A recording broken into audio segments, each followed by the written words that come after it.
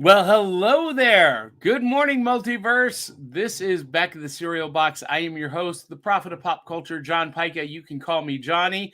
And this morning, I'm wearing my ghost tour digs because we're going to be sharing some ghost stories here in spooky season. And we are continuing our celebration of the 53rd anniversary of Scooby Doo. And we will be talking about Scooby Doo on Zombie Island, and we are going to do that right after this.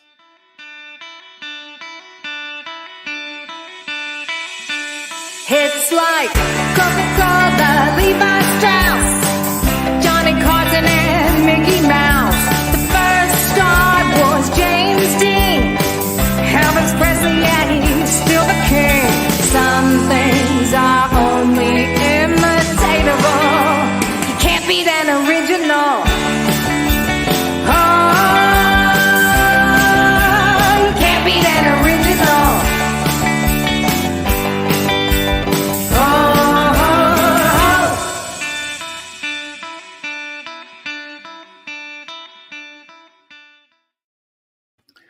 Hey there, friends and foes. Welcome back to the virtual rec room. This is Back of the Cereal Box. I am your host, the prophet of pop culture, John Pyka. You can call me Johnny. And we are a pop culture podcast that celebrates the fun of the Saturday mornings of our youth while surviving adulthood today.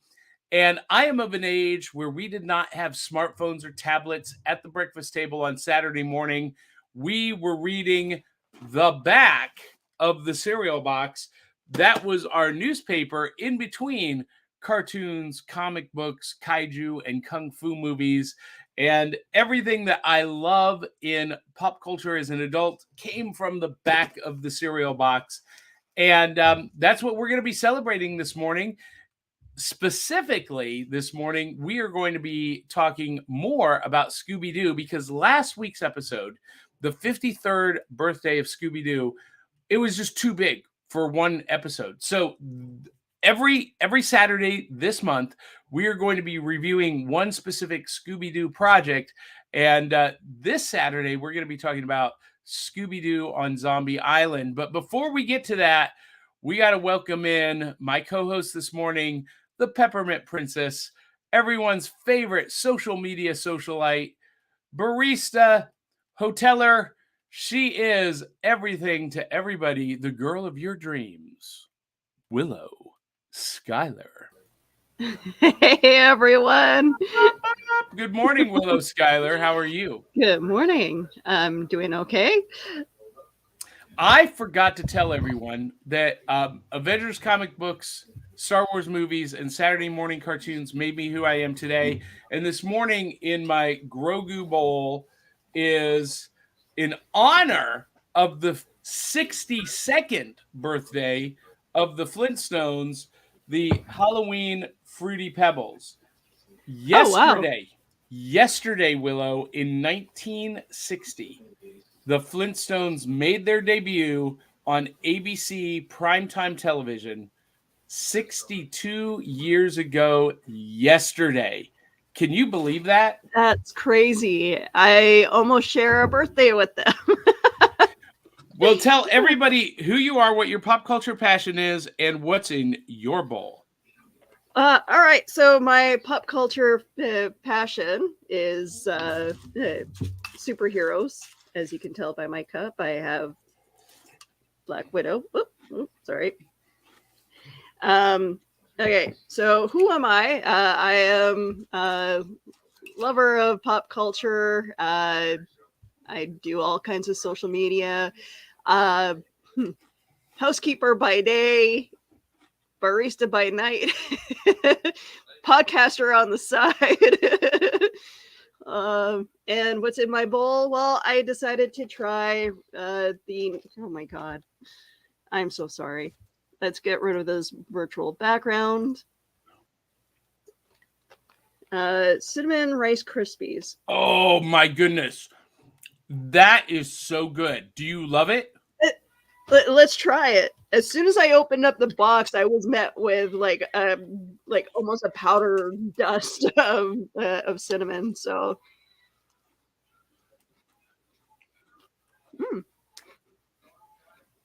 Yeah, good. Yeah. Yeah, I love cinnamon Rice Krispies. Yeah. I love any cinnamon cinnamon cereal. Have you noticed?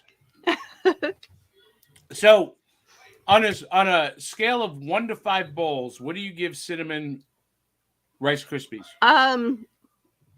I love it. It's definitely a 4 for me. Okay. Yeah.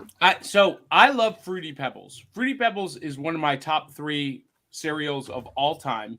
Mm-hmm. And the special Halloween edition, I did a full review on a solo episode that just dropped last Saturday. So you can go back and watch that. This has nothing special to it other than it's purple and orange. Ah. It tastes exactly like regular Fruity Pebbles, which is okay because Fruity Pebbles is delicious. But because it's a marketing campaign, I'm going to give it 4 bowls out of 5 because there's nothing special. If it were special, it would be 5. Now, the back is special because they have a great recipe, Willow, for Fruity Pebble like treats on a stick. Oh, that's cool. Yeah. Crispy marshmallow monsters. Crispy marshmallow monsters. Speaking of monsters, we need to welcome a returning guest to the virtual rec room. He's been gone a long time, doing dad, building a photography business that is killing it. Please welcome our returning minister of music, the boys of noise, the one, the only, Mr. Sean Connors. What's good? What's good, everybody? How you doing? Doing great. How are you doing, Sean? We have Staying busy, man. We missed you. Hey, thank you. I miss you guys too. The world opened up, and Saturday mornings haven't been the same. Yeah. So you're on the coast. You're on the coast, right? Yeah, I'm in Norfolk. Virginia. Yep. Yeah, I love Norfolk. I once performed at the Tidewater Dinner Theater. Mm-hmm. I know that is. Yeah. And then sang at the memorial service for the USS Iowa. Okay. Yeah. So look, hold on. The next time you come here, you can't pronounce it that way. I know it's Norfolk. It's Norfolk. So we tell everybody you got to cuss a little bit, or you're not saying it right. I know it's Norfolk. Right, there you go. Yeah. That is actually harder for me to say than Norfolk. Adding the L is easier to me than dumping it out. Yeah, man. So anyway, so Sean, what's your pop culture passion? Star Wars, Marvel, old school book nerd. So any of my old school book nerds know I started out reading Encyclopedia Brown, Adventure, stuff like that. And I've been an IT nerd since I could talk. So there's that. That is phenomenal. So, Star Wars, are you digging Andor? Haven't started yet. You know me, Johnny. I'm so busy. I only have time for one series at a time. And okay. You know what I came to talk about. So yes. I'm watching that. So you're once a Marvel. that's done, we're going to Andor. Okay. So you're a Marvel geek, which means you're watching She-Hulk. I forgot to ask you though, what's in your bowl this morning? Do you have anything? Unfortunately, we're just going through the remnants of a hurricane, so I didn't get out and get anything. But I do have coffee. The Miracle Bean. So you are filling the role of DBRT this morning, who is off doing a photo shoot herself. Yes. So before we jump into your thoughts on She-Hulk, we got a ton of comments. Facebook user says, "Good morning, Box Tops." I believe that's probably Dave Mattingly. It's probably somebody in the group. Well, he calls us box tops. And then Facebook user says zoinks and jinkies to all. And Wubsy is back this week. Wow, wow, everybody.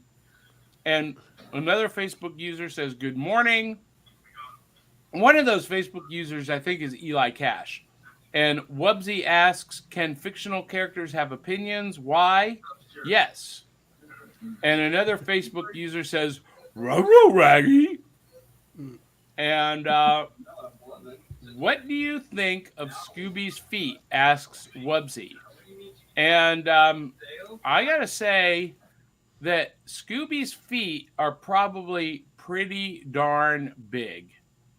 I don't have a foot fetish, so I don't know. Oh, I am so late with my sounds. Where is it? As far as I know, like the whole thing of Scooby Doo is well drawn. So, I think because it's all they're all cartoon characters. Their feet and hands are supposed to be embellished a little bit. Well, hey Willow, is there a fight going on in your backyard? Oh, sorry, my husband's watching American Sniper.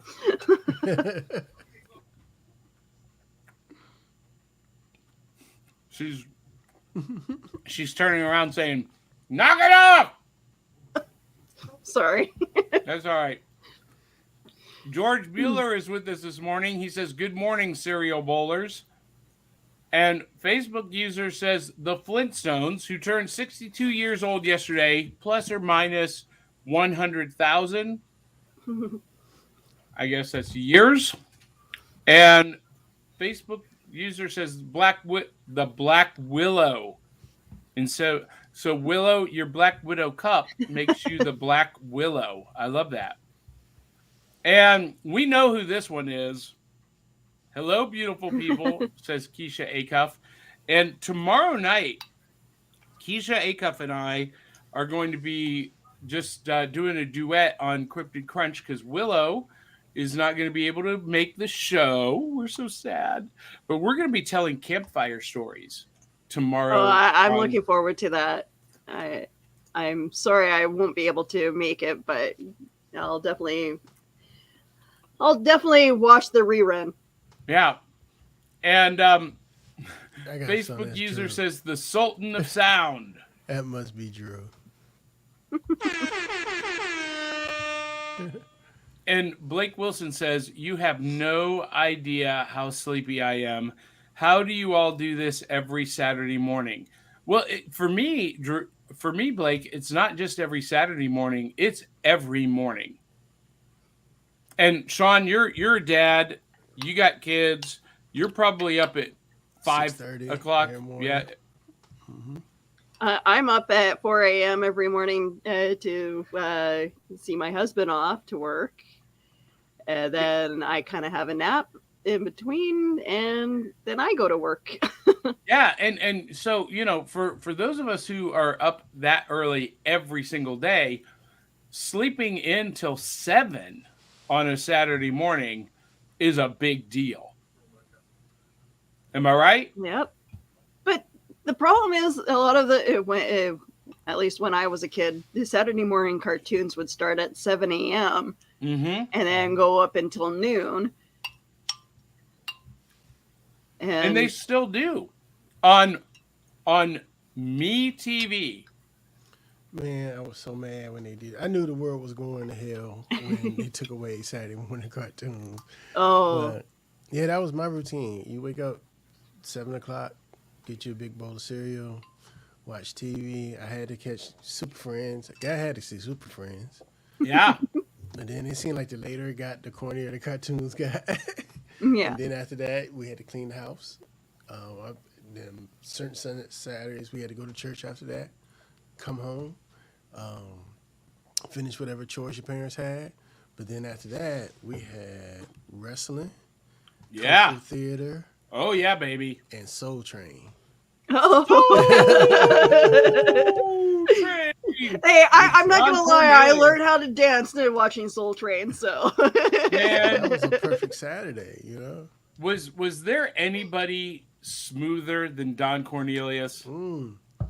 Maybe Billy D. Williams. Maybe. And you know, and you would never know a mistake because he was so smooth with it. Yeah. That was like the epitome of cool right there. Yeah.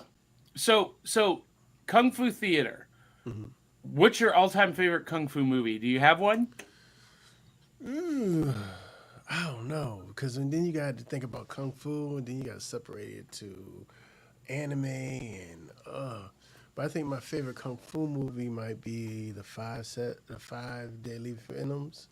Okay. Yeah. And Do you like see the this Shaolin ring? monks. Yeah. This is a gift from my good friend Chun Yun, the ninja. Now it will be your death. Anything you ever heard sampled in a Wu-Tang album, I love it. I like the flying on top of houses, the more extreme, being able to see the little wire when they go across, the old school. Listen, that Five Fingers of Venom movie is the cheesiest, but one of the best. Because you know what my favorite all-time Kung Fu movie is? This may surprise everybody. The Last Dragon. Barry Gordy's The Last Dragon. Yeah, it's a dope Kung Fu movie. I'll have to watch that. Yeah, Willow. No, I know. I'm so far behind on watching these Kung Fu movies. Show enough.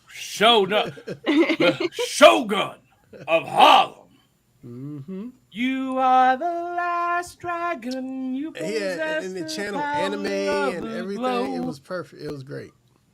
Hey, there's a great documentary on Netflix, if you've not seen it, called Iron Fists and Kung Fu Kicks. Okay.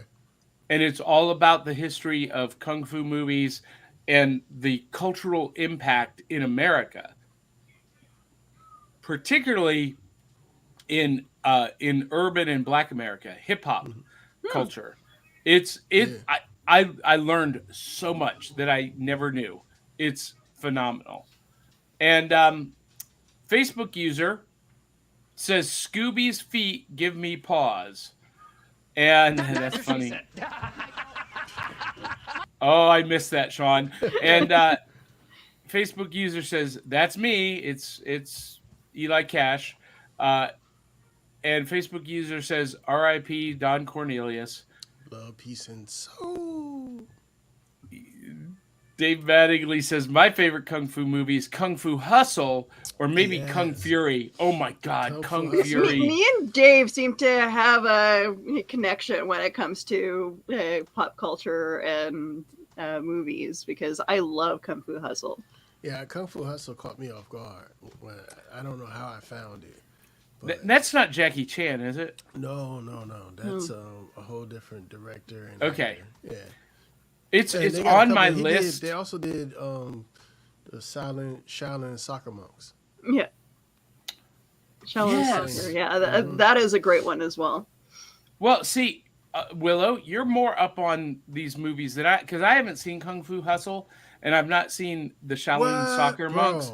You need I know. As soon as on your ride to Comic-Con, you need to you need to watch Kung Fu. Maybe I could do that since I'm being kidnapped and hijacked. It's more of a spoof on Kung Fu movies. It's not something to be taken it serious, but it is, but it isn't, and you're gonna love it because of your whole love of pop culture and Looney Tunes. Just think if Looney Tunes met the Shaolin monks, that's what you're about to get. Ooh, that's so exciting to me. It's like watching a live action anime. But I think we spoiled it for you because for me, the fun of it was not knowing what to expect.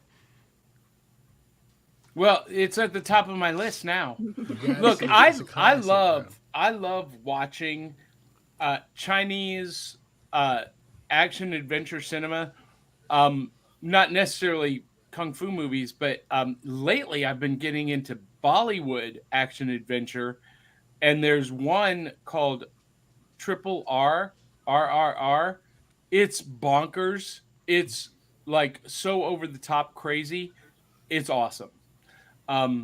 It's basically a Bollywood kung fu movie. It's phenomenal. But Dave Mattingly says Who's the master? Show enough. Show enough. And Facebook user who is not Eli, it's Greg, and I'm guessing that's Greg Jones because it only says Facebook user Greg. I don't know, but he said he saw that in college. I'm guessing he's talking about Last Dragon, and his favorite is Ip Man. And Kung Fu Hustle is from Stephen Chow, and Dave Mattingly also adds, if Airplane was chop sake, it would be Kung Fu Hustle. That's funny. That's funny. Yeah. Well, Sean led us down a rabbit hole talking about his Saturday in Kung Fu movies, but Sean specifically asked to come on this Saturday morning for his grand return because he is getting into She-Hulk on Disney Plus. Yeah. And so, Sean, tell us what you're thinking about She-Hulk. Are you loving it? I am, and I didn't think I would, and I'm really, really, really like it. I didn't expect it to. I don't know. I like the whole tongue-in-cheek thing about it, and I'm trying not to say too much because I know Willow hadn't seen it. No, go right ahead. Talk about it. I think I like being I think so. A lot of times in life, your perspective changes, right? Depending on what's happening. And I'm a girl dad now, and my daughter is a teenager, and all the pro-girly stuff that's going on in it, I kind of like it.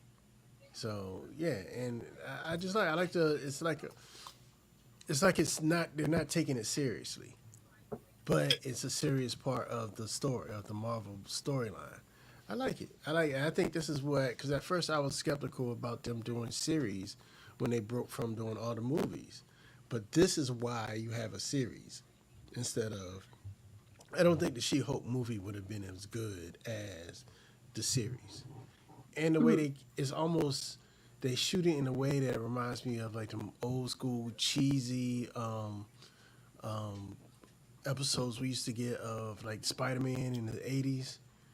But if they really did it seriously, but it's still cheesy, like the 80s. You know what I mean? That's why I like it. I like it. I think it was a real good spin on your average superhero type show. Yeah, I love it. And those of you who don't know, I have been a She-Hulk fan since 1980.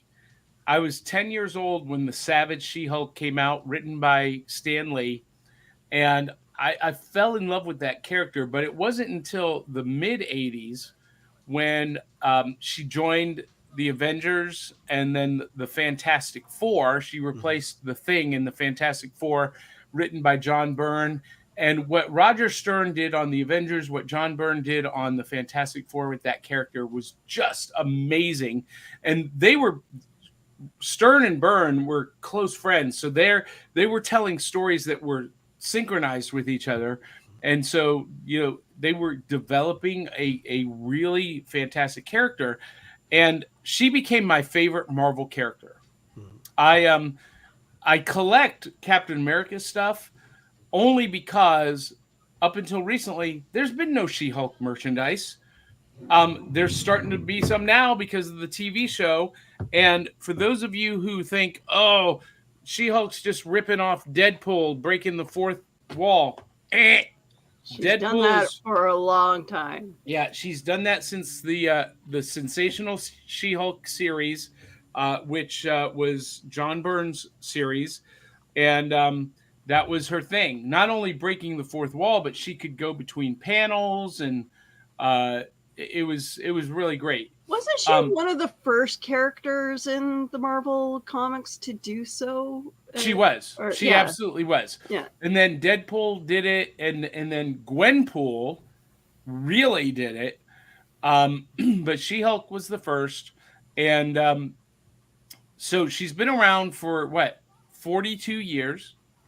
And the show is maybe the most accurate adaptation of the source material of any MCU project. It is so true to the original comic material it's scary. Mhm. And Sean, like I'm a girl dad, and I've got an 18-year-old super strong, independent, strong-willed, talented girl that I love. That this show is, I mean, it's made for everybody, but the focus obviously is to appeal to that demographic. Mhm. And I don't have a problem with that. And I don't know why some of these immature man babies are being so toxic online. And, look, is the CGI perfect? No. Could it be better? Sure. But But it's a TV so show. right, right. It's a TV show giving movie production value. So it's Well, okay, and I think part of the show is a little bit of corniness. I So yeah. it's okay to have a cornier or not so how do I want to say it, Perfect. masculine, Okay. right? She-Hulk, you know what I mean? It's okay because it's the whole. They do have a little bit of. You can tell they're having fun with it. You know, Yeah. it's not as to be taken as serious. So the CGI don't have to be all that serious. Well, and there are places where it's gorgeous and it's hard to tell that it is CGI, but then there are other places where it's pretty obvious. And my whole thing is we really didn't need She-Hulk to be a CGI character. They could have done the Lou Ferrigno route with makeup and prosthetics, and that could have totally happened. But they went the way they did, and it is what it is. But the writing is fantastic. The Hmm. comedy is hysterical. I laughed out The loud casting is several great. times. Yeah, I was a little bit dubious of Tatiana uh, uh, Masley. Is that how you say Sounds her about last right, name? yeah. Anyway, I was a little bit dubious of her because I really wanted the girl from Glow. Um, oh, what was her name? Bree. Um, her last name is Bree. You know who I'm talking about. Yeah. Played. Man, I'm having brain cramps Zahara? this morning. Played the Russian. Yeah. Soya the Destroyer. Yeah. Anyway, I don't know where but hey, look, here's my love for She-Hulk on display. Oh, the wrong one. Oh. I've got a Oh wow. She-Hulk sticker that Nice. yeah, I bought this at a con a couple of weeks ago. So, along with I didn't even show this for New Loot, I don't think. Thundar the Barbarian. Oh, that's neat. And do you remember this? Hell Okay, yeah! yeah. Oh, I'm sorry, I didn't mean to cuss. Oh, Hell yeah, G-Force. So that's the type of anime that I first used to watch after school. Yeah. That I think it was something called something with a battleship. It was a big battleship that used to travel in space. Yeah, And then that led into Voltron. But yeah, G-Force was my favorite. yeah, the Star Chasers, Yeah, something like that. Yeah, I know what you're yeah, talking it about. was the Yeah, battleship Yamamoto. yeah, Yeah. yeah. Um all That right. was my introduction to anime when I was a kid. Yeah, me too. Me too. And I love Battle of the Planets And G-Force. the planes. Oh, stop, man! You about to take me back. Cindy Kep says, "Does it recognize me now?" Yes, it does, Cindy Kep. My favorite kung fu movie was Ip Man. Okay, gotcha. And Dave Mattingly says She-Hulk broke the glass ceiling and the fourth wall. And Facebook user says corny makes the show more interesting and real. It is very real. I mean, Yeah, look, I know those people in real life. I'm not talking about the actors, but the characters. I relate to all of them. I know someone who's like those characters. And Facebook user says, "Good afternoon from Bonnie, Scotland." That must be James Scott with the Across the yeah. Pond Sports What's up, Network. James? Cindy Kep says people are spoiled by the big money movies that have rockin' CGI. Nothing else will do. TV shows can't compete, and that's the thing. They have a TV show budget as opposed to a But I think $3 that billion. the CGI is appropriate. for what it is. Okay. I think if you overdid That's a good point. It's supposed to be kind of tongue in cheek. It's appropriate. It's enough. Yeah, and Facebook user says She-Hulk was amazing. The writing is so good. Well, we got 3 more episodes in this season, so I'm excited about that. Dave Mattingly says, Dave, bring in the facts. Ninja Science Gotchaman, also known as G-Force in the United States. And AKA Battle of the Planets. Yes. And Dave adds, my anime growing up was Speed Racer and G-Force. Yeah, I remember Speed Racer. Speed Racer was never on in my area when I was a kid. So I did not have the opportunity to actually see it until I was an adult. It came on like one of the weird channels for me, like Channel 7 in Chicago, and I live in Virginia, and some kind of way I could see Speed Racer. So Astro Boy started the whole anime thing for me. Okay, Astro Boy. Did you see the movie that they did recently? Okay, so I did enjoy the movie. I did enjoy the movie. I would have preferred if they would have just called it something else other than Astro Boy. Yeah, I know. Everybody was expecting it to be Astro Boy, but yeah, if they would have just separated the two, it would have been a much better movie.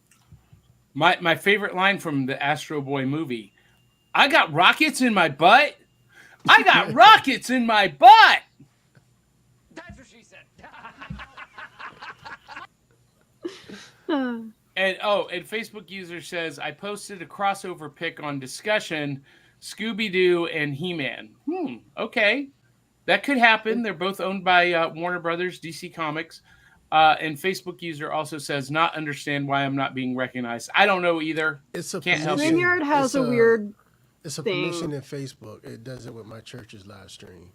And sometimes it won't show Facebook users if they're commenting from the back of the cereal box page, unless there's some kind of permission they got to click.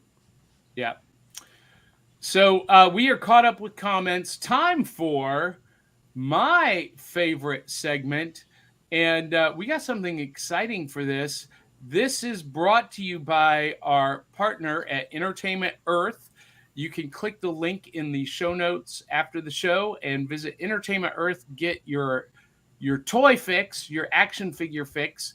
But it is time for that time when we reach into the cereal box and pull out our new loot.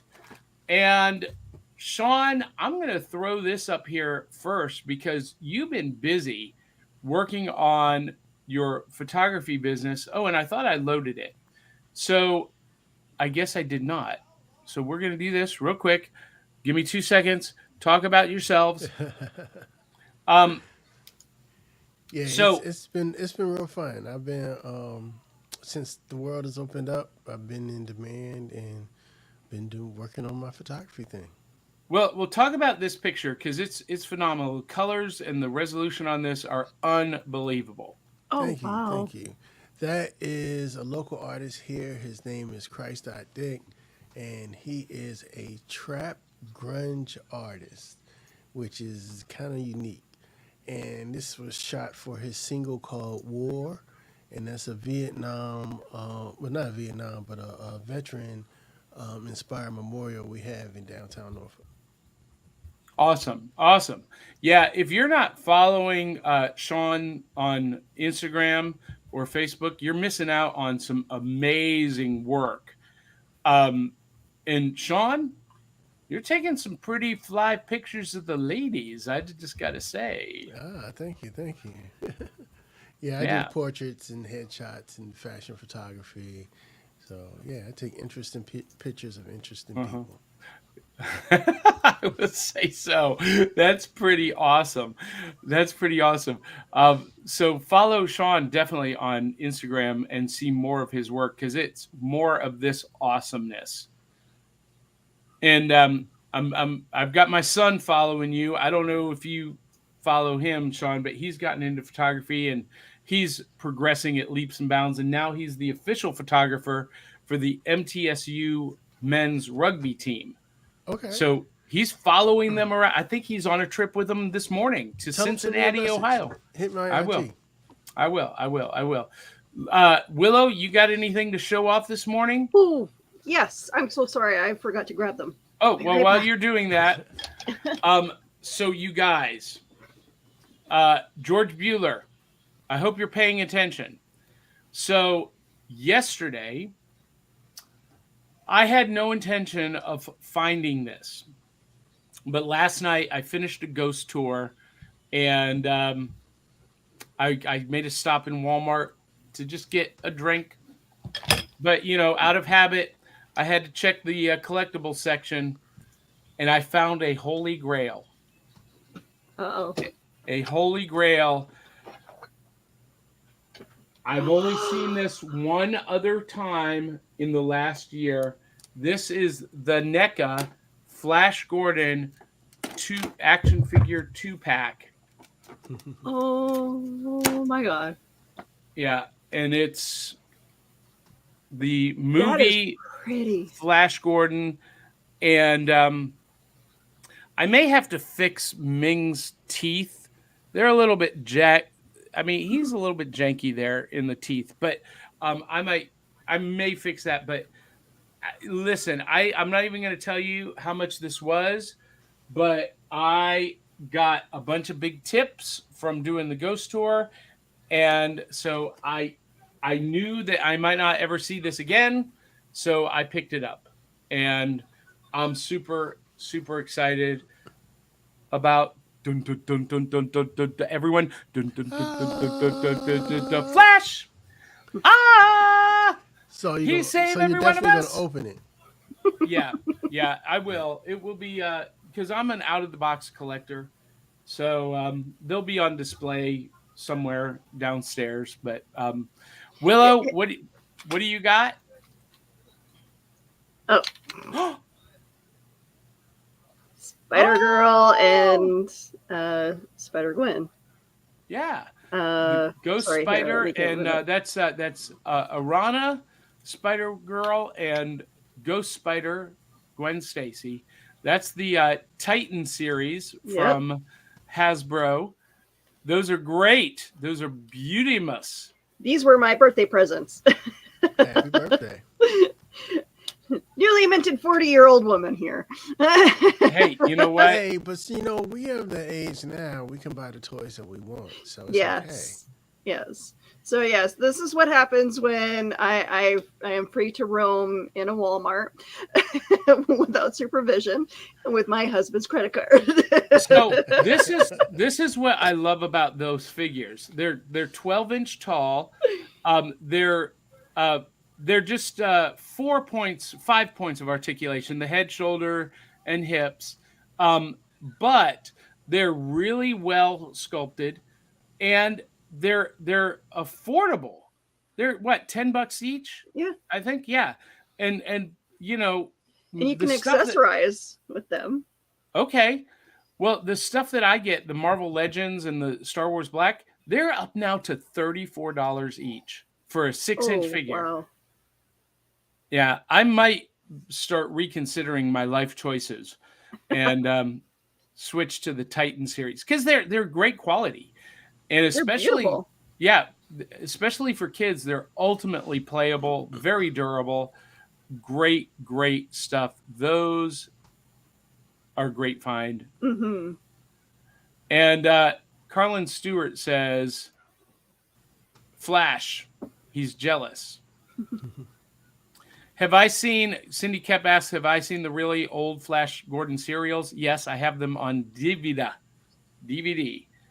And Dave Mattingly says, my new loot this week is a challenge coin from a charity I support that fights human trafficking. That's awesome. I love that. Well, let's be honest here. If you have Queen as your, theme song, make your theme song, I think you're guaranteed gold for the series. Well, so that Flash Gordon movie was one of the worst movies ever made. I loved it though. But the soundtrack was awesome. Yeah, but the movie was ridiculously bad. and Yes. ridiculously good because it was bad.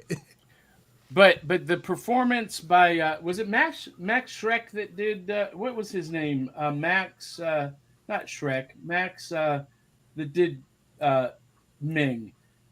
He was in Star Wars Force Awakens, but someone will say his famous line, Clytus on board. And anyway, But so you know, that's the age of all at that time. All sci-fi kind of sucked a little bit. yes, it did. Well, We need to have a bad sci-fi day where we just watch old, you know, movies from like the 40s and 50s. I am all about Like that. old Godzilla movies. They were so Listen, cheesy, but they were so Knife great. from Outer Right? Space. Mars Attacks. Yeah. All right. So we're already running out of time, and today I got to leave right at 9. So it is time for This Week in the Rec Room, where we talk about our main topic. And this week we are continuing our celebration of Scooby Doo's 53rd birthday with discussion about Scooby Doo on Zombie Island. Now, did anyone do their homework on this? I think you Willow? and Sean need to talk about this because I've been trying So very hard you'll be to. glad to know that I have seen this movie, but not recently. So it's not fresh, but I have seen it. Well, lucky for you, Walmart has it for $5 on DVD. And also Barnes and Noble does too. That's where I picked it up because I had it on VHS. That's how the movie came out in, I want to say 1996, 1997, right around there. No, it must have been 98. Someone look up the Wikipedia article that I sent. Early, like mid 90s, it came out. And before this movie came out, we had Scooby Doo, Where Are You? We had the 13 Ghosts of Scooby Doo. We had Scrappy Doo. We had a pup named Scooby Doo. But everything was pretty much that formulaic Scooby Doo formula. And Scooby Doo on Zombie Island broke Scooby Doo. It broke the model because the ghosts and the monsters were not people in masks. They were real. They were real zombies. And these zombies, they were zombies because their life essence had been sucked out by Simone and her tribe of werecats. And basically, people's souls were keeping these werecat creatures immortal. And Scooby and the gang have until midnight on this one night to break the curse and to free the souls. And spoiler alert, they succeed. And the werecat people do not have new souls to replenish them. And they disintegrate into dust. Dun, dun, dun. And it introduced a whole new layer to Scooby-Doo with the monsters and the threats being real. And that was legendary. And it also introduced some new style of music to the soundtrack. We had some great, rock tracks, original songs, and of course you had the new shading and color grading, The new animation. And it just everything about this movie was great. And now they've continued the tradition. And there are like 50 movies that were direct to DVD or video streaming, including last year they released Return to Zombie Island, which I also picked up for $5 at Walmart this week. And we're going to be watching that as a family. But, we used to watch these every week. So, or every new movie as a family. So, but Willow, you've never seen Scooby Doo on Zombie Island? I may have watched it a couple times, like on TV as it was playing, but just I apologize. I haven't actually sat down to watch it. I will. I promise. Did you watch the YouTube clip I sent you of the first 10 minutes? I'm a very bad person right now. I'm sorry. I did not do my homework. He's gonna boot me from my show one of these days. Marcella asked, what did I walk in on? We are talking about Scooby Doo on Zombie Island, Marcella, because we are celebrating 53 years of Scooby Doo. And, this is funny. Don't people know that I'm doing a live show? Why are they messaging me on Facebook and text when I'm live? People, I'm on the air. Because that's the perfect time to call someone when they go on air. My family knows that I'm on air too, by the way, and yet they let the dogs out to run around the rec room door and bark and make noise, and it's not good podcasting, Sean. It's real life. Yeah, I know. I was just saying to Sean earlier that we should just do like an animal episode where it's like, yeah, because I got a new dog, so ain't no we just answer questions and just. That's not a bad idea. I'm sitting here at my feet now. I'm surprised that you haven't got a bark yet, so it's okay. That's not a bad idea. So, Sean, what do you remember about Scooby Doo on Zombie Island? The change in the animation. That's when it went to that cell shading, and you can tell that they put some effort into it. Yeah, it took on a very theatrical, cinematic feel and look. And yes, the animation game was stepped up so high. And it gave it a little darker feel because of that. Yeah, absolutely it did. Scooby-Doo went dark with Scooby-Doo on Zombie Island because everything was happening for real. And it introduced the elements of real life too, because when we meet the gang at the beginning of the movie, in the first 10 minutes, Willow,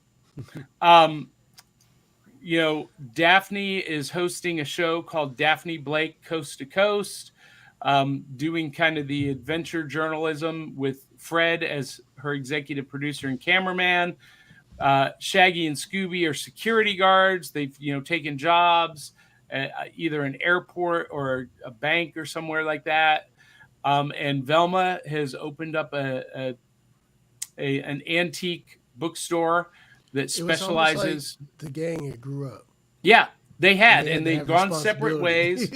They had real life responsibilities, and then it takes a special anniversary birthday event to bring them all together on, and they go to New Orleans, to this island, and they get embroiled into a real adventure. And basically, they were coaxed there by the werecat people so that they could suck the souls out of them to live a more they were Scooby and the gang were about to become one of these zombies themselves.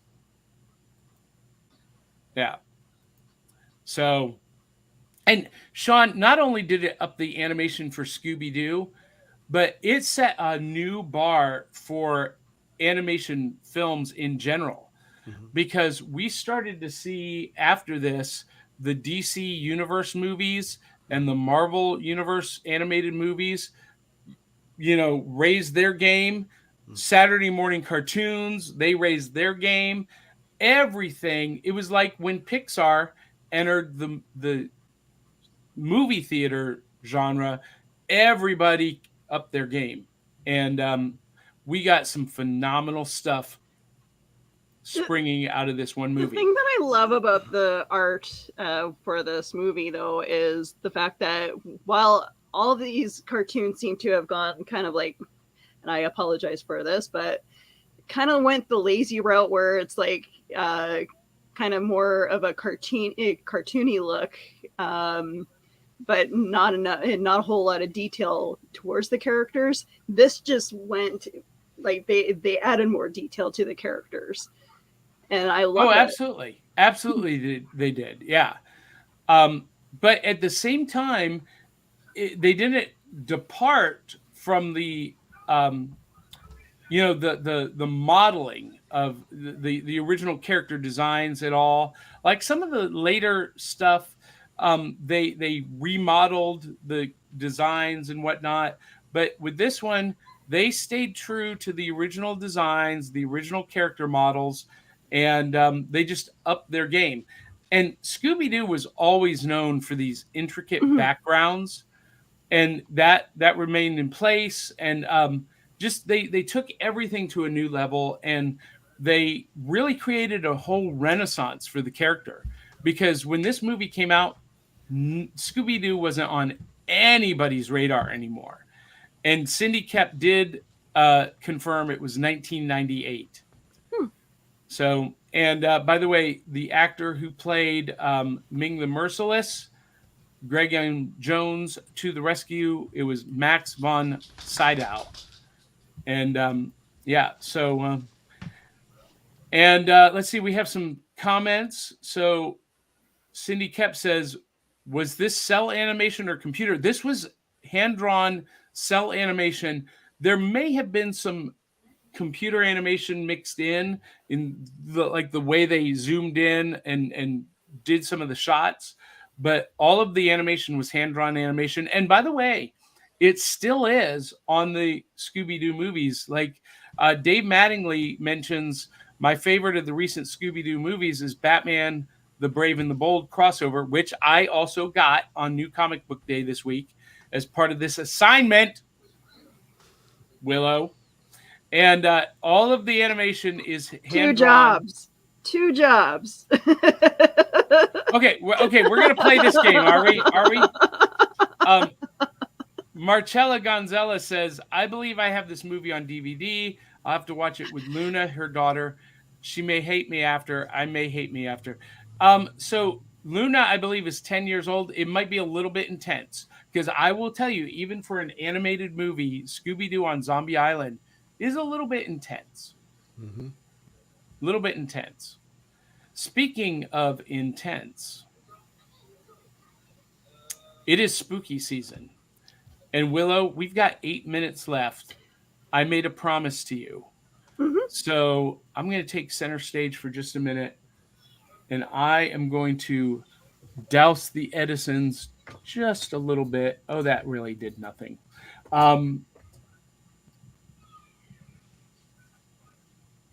The Outlaw, John Morrell, was infamous throughout the Southeast.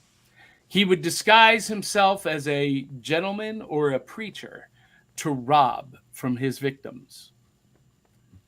He would also steal horses, and he would show up at somebody's house to bless their land or to, maybe do a sales presentation. He was a door-to-door Bible salesman, and he would entice the people with his charming personality and his broad smile. And then he would rob them and kill them and bury their bodies in their own backyard. He was not a nice guy. He would terrorize the Southeast United States, going from town to town. And eventually he was caught in Nashville, Tennessee, sent to trial. And at his trial, his only defense was, I didn't do it. Well, that was good enough for the judge. They found him guilty of the robberies, but none of the murders. But because he stole horses, he was sent to prison. And in prison, he tried to escape multiple times, over and over again. And on his final escape attempt, he broke his leg. And in the prison infirmary, he contracted tuberculosis. I think they call that karma. And they took pity on him again because tuberculosis was a death sentence. So they let him go early on parole. And after he got out of prison, he did not die immediately. He went legit. He became a blacksmith, started going to church. But on his deathbed, he would confess to the murders. But he would say, I never killed a man what didn't need killing. Well, he was buried in an unmarked grave just outside of Nashville, Tennessee. But 2 local doctors knew where that grave was. And because they wanted to study the brain of a serial killer, they went and they dug up his body and they took his head. Only his head. The next morning, the body was discovered by a young girl picking strawberries. And you can just imagine those therapy bills. Well, these 2 doctors did scientific experiments on John Morrell's head for several years, and eventually they split. And when they split, they sold his head to a carnival entrepreneur, an impresario who put John Morrell's head in a glass jar and traveled throughout the Southeast to the cities that he terrorized, charging people 10 cents a peek. It was one of those step right up, looky, looky, looky. I've got to hear it now. The most amazing and spectacular feats of Hindu scathopathemy, the amazing head in a jar, that sort of thing. Well, I don't know about you, but if my head became a traveling sideshow exhibit, I'd be pissed. And apparently the spirit of John Morrell did not rest easy either.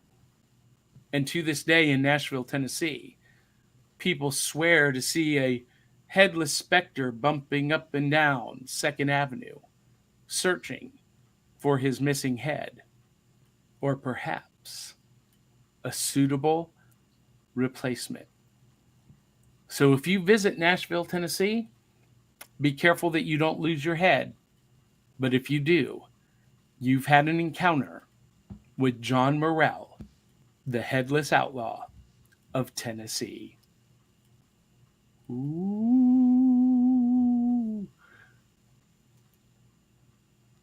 Yeah. That is awesome. It's spooky season, baby. I love your storytelling, John.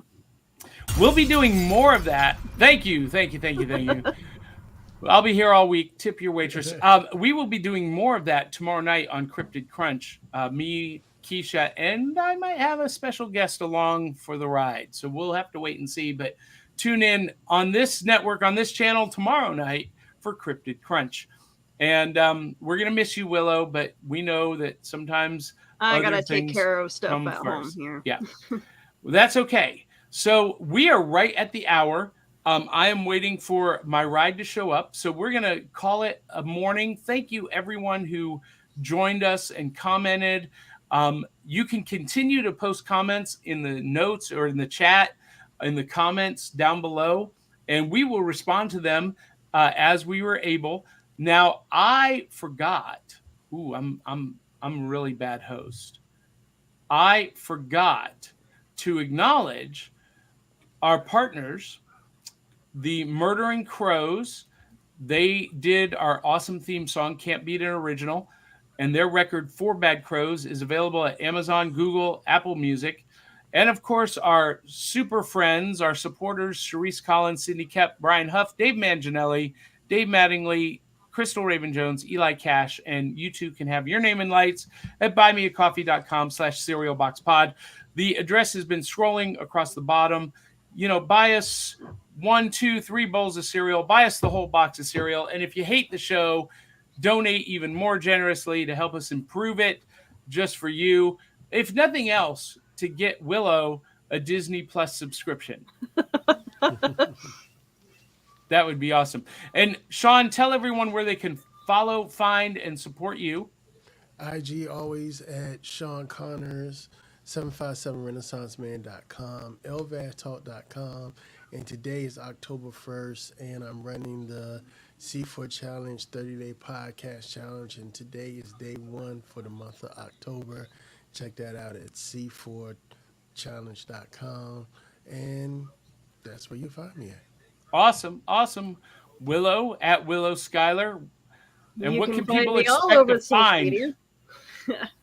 All right. So, no, unfortunately, I will not be on the Cryptic Crunch tomorrow.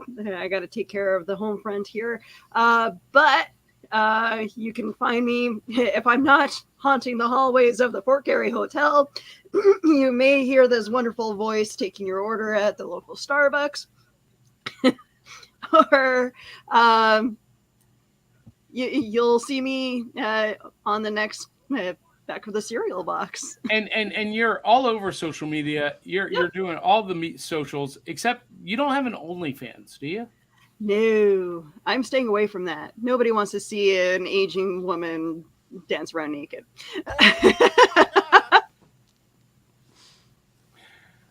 Anyway, you can follow, find, and support me at johnpyka.com. And if you like our show, you can watch more episodes at backofthecerealbox.fun. This address, backofthecerealbox.fun. Make sure you like, comment, subscribe. Whatever platform you're watching on, click subscribe, click follow, and share it with 200-300 of your closest friends and family. And until the next time, love you, mean it. We'll catch you on the back of the cereal box.